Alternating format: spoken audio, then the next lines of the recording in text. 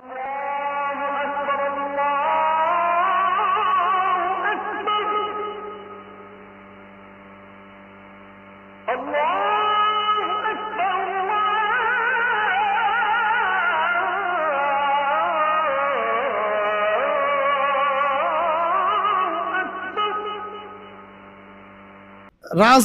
একটা জায়গার নাম, ওখান থেকে কিছু লোক আসছে, এসে বলছে ইয়া রাসূলুল্লাহ আপনি আপনার কিছু সাহাবীকে পাঠান, আমরা ইসলাম কবুল করবো। ট্র্যাপ।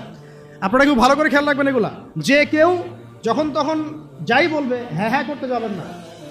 মানুষের কথার পিছনে, ওদের কাজের পিছনে উদ্দেশ্য বোঝার চেষ্টা করবেন, ঠিক আছে? সবসময় কিন্তু আবেগে ভাসতে হবে না। আমরা কিন্তু এই জায়গায় ভুল করতেছি, অনেক ভুল হচ্ছে মাঝখানে। আমরা বিনয়ের সাথেই তাদেরকে বলবো যে ওলামায়ে কেরামদের সাথে মাশওয়ারা করে সিদ্ধান্ত নিতে, তাহলে ইনশাল্লাহ ভুলটা কম হবে, ঠিক আছে? তো নবীজি 10 জনকে পাঠালেন, তারা দাওয়াত তো কবুল করেই নাই, হঠাৎ রাজি নামক জায়গায় তাদেরকে ঘিরে ফেললো। ঘিরে ফেলে 3 নিক্ষেপ করে 10 জন সাহাবী 7 জনকে শহীদ করে ফেললো। ট্র্যাপে মানে এমনও আছে যে ওয়াজ মাহফিলে ডেকে মানুষ অনেক আলেমদেরকে মানে খারাপ কিছু করে ফেলে, এরকম হিস্ট্রি আছে।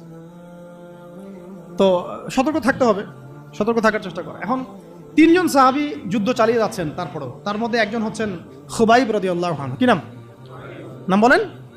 খুবাইব রাদিয়াল্লাহু আনহু। খুবাইব রাদিয়াল্লাহু আনহুকে এক পর্যায়ে মানে আর কতক্ষণ পারা যায়, 100 জন ঘিরে ফেলছে, আমরা 10 জন, 7 জন শহীদ হয়ে গেছে, 3 জন বাকি আছে, কতক্ষণ পারা যায়? তো তারা বললো যে তোমরা পাহাড় থেকে নেমে আসো, তোমাদেরকে ছেড়ে দিব। 3 জন মাশওয়ারা করছেন, না নামা যাবেন, নামলে কিন্তু ওরা আমাদের ধরে ফেলবে।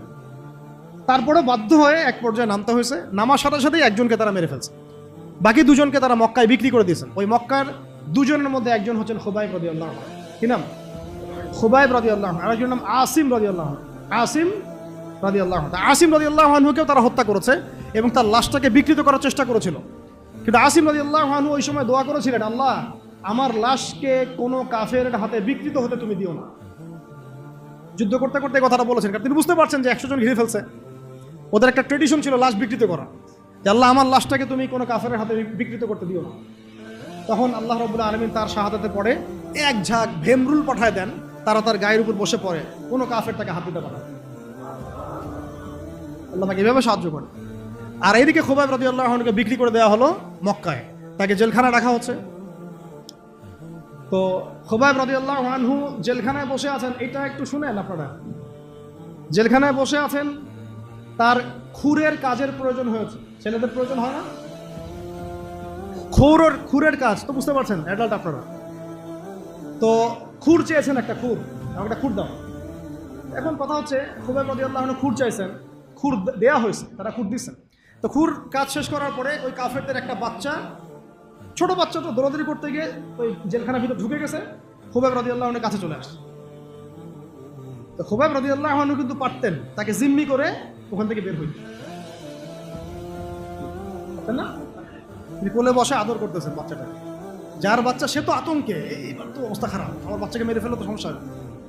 তো খুবাইব রাদিয়াল্লাহু আনহু তাকে ছেড়ে দিলেন এবং আল্লাহ পাক ওই জেলখানার মধ্যে আল্লাহর পক্ষ থেকে তাকে আঙ্গুর খাওয়ালেন।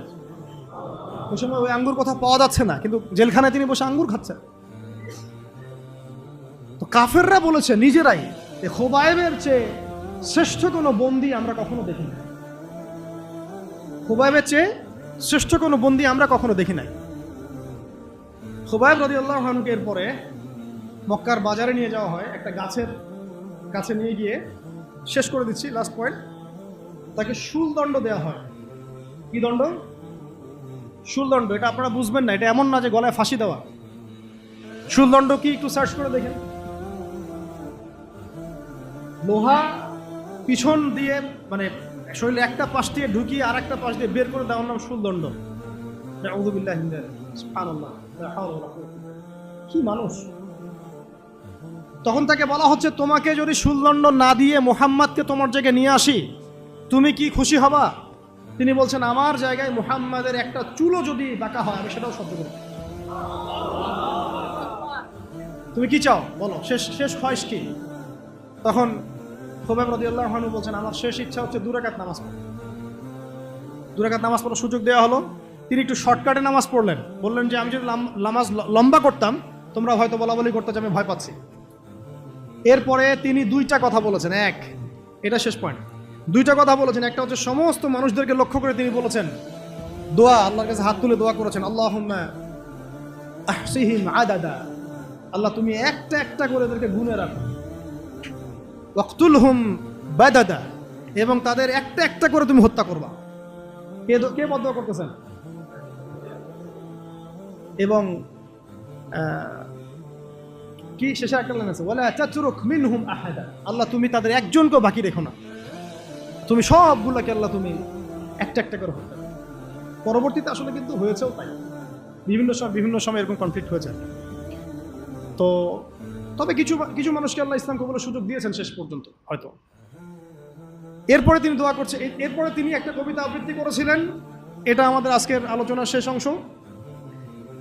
ওই অবস্থায় তিনি কবিতা আবৃত্তি করছিলেন।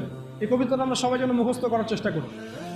অনেক সিরাতে অনেকভাবে আসছে, আমি আমার মতো করে বলার চেষ্টা করছি। তিনি অনেক 12-14 লাইনের একটা কবিতা আবৃত্তি করেছিলেন। তার শেষের 4টা লাইনে তিনি বলেছিলেন যে ওয়ালাস্তু উবালি হিনা উকতালু মুসলিমান, আমি কোনো পরোয়াই করি না যখন আমাকে মুসলিম হিসেবে শহীদ করা হচ্ছে।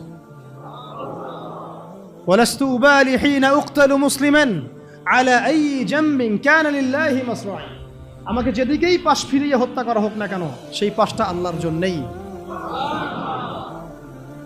ওয়াযালিকাল ইলাহ ওয়া ইয়াশা, তিনি এমন একজন ইলাহ যিনি চাইলে ইউবারিক আলা ফি কুল্লি শিলউইন মুমাজ্জা, তিনি আমার প্রত্যেকটা হাড়ে রক্তে মাংসে বরকত দিতে পারেন। এরপর তাকে শহীদ করা হয়। তো প্রিয় ভাইয়েরা, অনেক আলোচনা হলো, করতে থাকলে সারা রাত চলে যাবে, একদিনে তো সব বলা যাবে না। তো ইনশাআল্লাহ আমরা প্রতি মাসে যদি একটা করে সেশন করতে পারি, ইনশাআল্লাহ তাহলে আমাদের জন্য অনেক কঠিন। আজকে আমরা যে বিষয়টার দিকে ফোকাস করার চেষ্টা করলাম যে মহাকাব্য রচনা করতে হবে আল্লাহর জন্য। মহাকাব্য শুধু আমরা এবারই প্রথম রচনা করি নাই, আমাদের এই বাপদাদা পূর্বপুরুষ একদম সলফে সালেহিনের যুগ থেকে শুরু করে চিরায়ত এই যে 1400 বছর ইতিহাস, বহু যুদ্ধ হয়েছে, বহু বিপ্লব, বহু সংগ্রাম, বহু গণ অভ্যুত্থান। কিন্তু যে অভ্যুত্থানগুলোর উদ্দেশ্য ছিল শুধু দুনিয়া, সেই অভ্যুত্থানগুলো কখনো দীর্ঘস্থায়ী হয় নাই।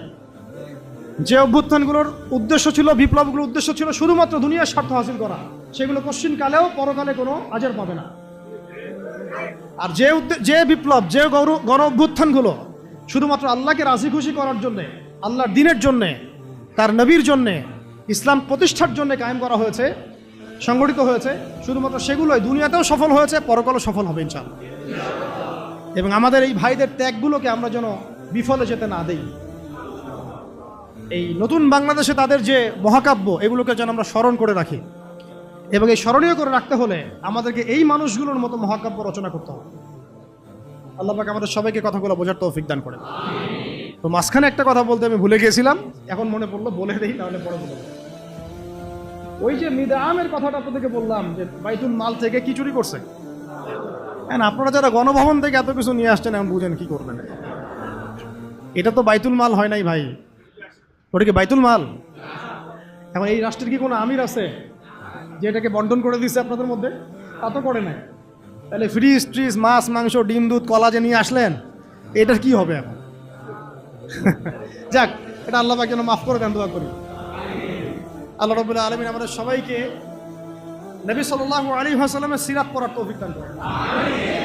সিরাতের আলোকে দিন বোঝার তৌফিক দান করেন।